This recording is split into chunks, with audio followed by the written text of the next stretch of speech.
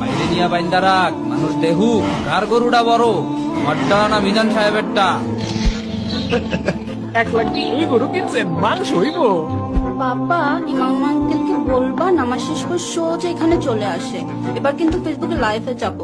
Hello friends, me again in heart and this is Bhagyaraj. দেশের সবচেয়ে বড় গরু আমার বাবা কিনেছে।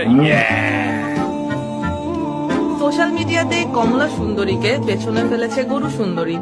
দেশের সবচেয়ে বড় গরুটা কিনেছেন বিশিষ্ট ব্যবসায়ী জনাব ফালাফল।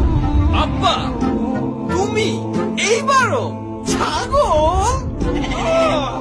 ওমা মা, এবার আমগো একটা মুরগি কোরবানি দেবা? আল্লাহ, ভাবি নতুন ফ্রিজ। আর বইলেন না ভাবি, আপনার ভাই কাল এক বিশাল গরু নিয়ে আসছে, এত মাংস কই রাখি। ভাই কত নিলো? কাকা, ওই কাকা, বাসুরটা কত নিল? ভাই কত? ভাই গরুটা কত নিলো? ও কাকা, গরু কত দিল? ঈদ মুবারক, ঈদ মুবারক, ঈদ মুবারক।